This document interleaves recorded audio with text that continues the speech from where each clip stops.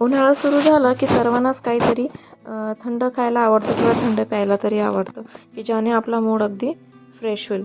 तर तशीच रेसिपी मी इथे आज तुमच्यासाठी घेऊन आली आहे. उन्हाळ्यात शरीराला थंडावा देणारं आणि खूप रिफ्रेशिंग असं हे लिंबू पाणी. ही रेसिपी बनवायला अगदी सोपी आहे आणि काही मिनिटातच इथे तयार होते. तर इथे मी तुमच्यासाठी 2 प्रकारचे लिंबू सरबत घेऊन आली आहे. म्हणजे की एक सब्जा टाकलेलं आणि एक विदाऊट सब्जा.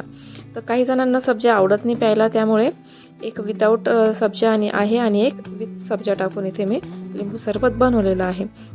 तर व्हिडिओ नक्की शेवटपर्यंत बघा. Hello everyone, most welcome to Roshni's kitchen. इथे रेसिपीला आपण सुरुवात करू. तर इथे आमच्या गार्डनमध्येच लिंबाचं झाड आहे. त्याला खूप लिंब आलेले पण आहेत आणि बरेचसे जे पिकलेले लिंब होते ते आम्ही ऑलरेडी तोडले होते. तर इथे मला अजून एक पिकलेले लिंबू दिसले, त्यामुळे मी इथे 2 लिंबू तोडून घेतले.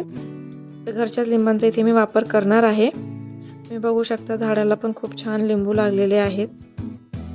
ते हे आमच्या पार्किंगमधलेच म्हणजे पाठीमागेच झाड लावलेलं आहे लिंबूचं. त्याला खूप सारे लिंबू आलेले आहेत. त्याची रेसिपीला सुरुवात करूया. तर एका वाटीत मी थोडंसं पाणी घेतलं आहे आणि त्यामध्ये मी 1 चम्मच सब्जा सीड्स टाकणार आहे. सब्जा सीड्स टाकल्यानंतर आपल्याला ते व्यवस्थित मिक्स करून घ्यायचे आहे आणि त्याला भिजायला फक्त 5 ते 10 मिनटं लागतात. 5 ते 10 मिनटात एकदम छान होऊन येतात.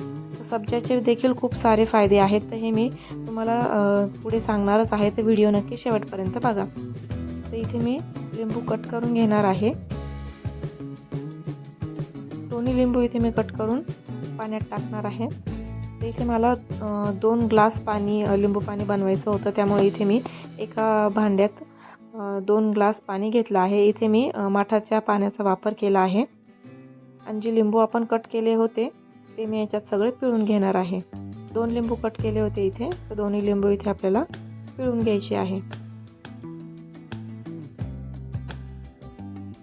तर बनवायला पण अगदी सोपी आणि हे लिंबू पाणी पिल्याने एक खरंच मूड देखील फ्रेश होतं. तर घरी जर उन्हाळ्यात जर पाहुणे येतं आपल्या घरी, तर आपण छान करतं सगळ्यात पहिलं ऑप्शन जे आपल्याला आठवतं ते म्हणजे लिंबू पाणी. तर इथे एक एक करून इथे सगळे लिंबू मी पिळून घेतले आहेत. तुम्ही जर माझ्या चॅनलला नवीन असाल, पहिल्यांदा बघत असाल व्हिडिओ, तर चॅनलला नक्की सबस्क्राईब करा. व्हिडिओला पण लाईक करा आणि कमेंट करायला विसरू नका. आणि अशाच प्रकारे तुम्हाला पुढे देखील भरपूर रेसिपीज बघायला भेटेल माझ्या चॅनलला. तर लिंबू सगळे पिळून झाल्यानंतर इथे तुमच्या आवडीनुसार साखर टाका. साखर टाकल्यानंतर चिमूटभर मीठ टाकायचं आहे आपल्याला आणि ते व्यवस्थित मिक्स करून घ्यायचं आहे. जोपर्यंत साखर आपली पूर्ण वितळत नाही तोपर्यंत आपल्याला इथे मिक्स करायची आहे. साखर पूर्ण डिझॉल्व करून घ्यायची आहे आपल्याला असं व्यवस्थित मिक्स करून.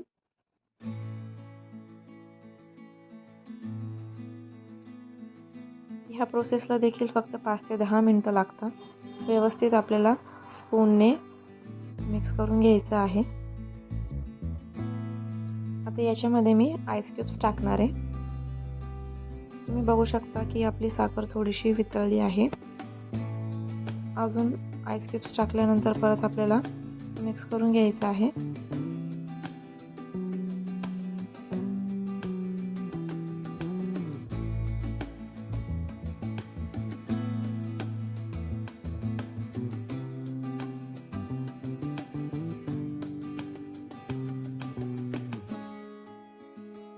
या प्रोसेसला मला 5 मिनिटापेक्षाही कमी टाईम लागलेला आहे.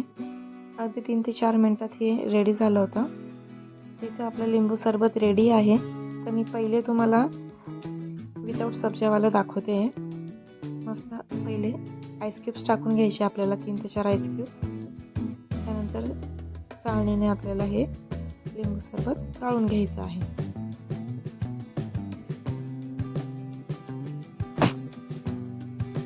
इथे 1 ग्लास लिंबू सरबत गाळून झालं आहे आणि इथे साईडलाच लगेच सब्जा पण आपला रेडी आहे. आता मी तुम्हाला सब्जावाला पण दाखवणार आहे. सब्जा पण आपला भिजला आहे. बघू शकता तुम्ही अगदी 7 ते 8 मिनिटातच किती व्यवस्थित फुलला आहे आपला सब्जा. सब्जाचे फायदे असे की सब्जा हा शरीराला थंडावा देतो. पचन सुधारतात, हे पोट शांत ठेवतात, ॲसिडिटी, गॅस आणि बद्धकोष्ठता कमी करायला मदत करतात.